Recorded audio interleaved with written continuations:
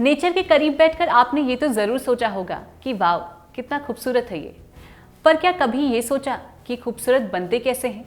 पेड़ पौधे पक्षियों से इनकी खूबसूरती है, पर जो चीज़ हमें सुकून के करीब ले जाती है उसे कैसे हम नुकसान पहुंचा सकते हैं? हम इंसानों की सबसे बड़ी गलती यही है कि हम सिर्फ अपने सुख सुविधाओं के बारे में सोचते हैं।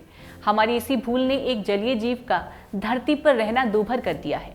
हमें तो इस बात की जानकारी है कि गंगा जल संक्रमित नहीं होते हैं, लेकिन ये जानकारी नहीं है कि गंगा जल प्रदूषित होने से बहुत सारे जीव जंतु का जीवन खतरे में आ जाता है। इन्हीं देवी गंगा का वाहन माने जाने वाले गंगा डॉल्फिन का जीवन खतरे में है। गंगा डॉल्फिन की संख्या में लगातार कमी होने से ये विलुप्त होने के कगार पर आ गई है। इनकी कुल संख्या 1800 से भी कम है और IUCN रेड लिस्ट में इन्हें संकटग्रस्त प्रजातियों के रूप में दर्ज किया गया है। हाल ही में इस जीव को वाराणसी से 30 किलोमीटर दूर ढकवा में बड़ी संख्या में देखा गया। ये गोमती और गंगा के संगम वाला क्षेत्र है जहां पानी सबसे ज्यादा शुद्ध है। ऐसा माना जाता है कि इनका दिखना गंगा जल साफ होने की निशानी है। आइए अब डॉल्फिन के बारे में कुछ और जानकारी देखते हैं। दरअसल इसका संबंध व्हेल मछली के कुल से माना जाता है। ये सबसे बुद्धिमान मैमल्स हैं। ये भारत, बांग्लादेश, नेपाल में गंगा और ब्रह्मपुत्र एवं उनकी सहायक नदियों में पाई जाती हैं। गंगा डॉल्फिन का वैज्ञानिक नाम प्लैटनिस्टा गैंगटिका है। गंगा नदी की डॉल्फिन केवल मीठे पानी में रह सकते हैं। ये देख नहीं सकते हैं और अपने शिकार को एक अनोखे तरीके से पकड़ते हैं।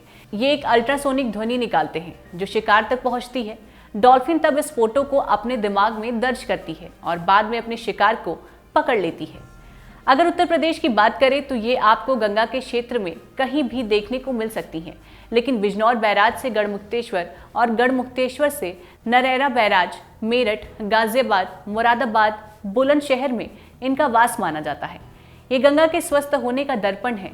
नदियों का बढ़ता प्रदूषण, बांधों का निर्माण और इनके शिकार से इनकी संख्या में कमी आ रही है।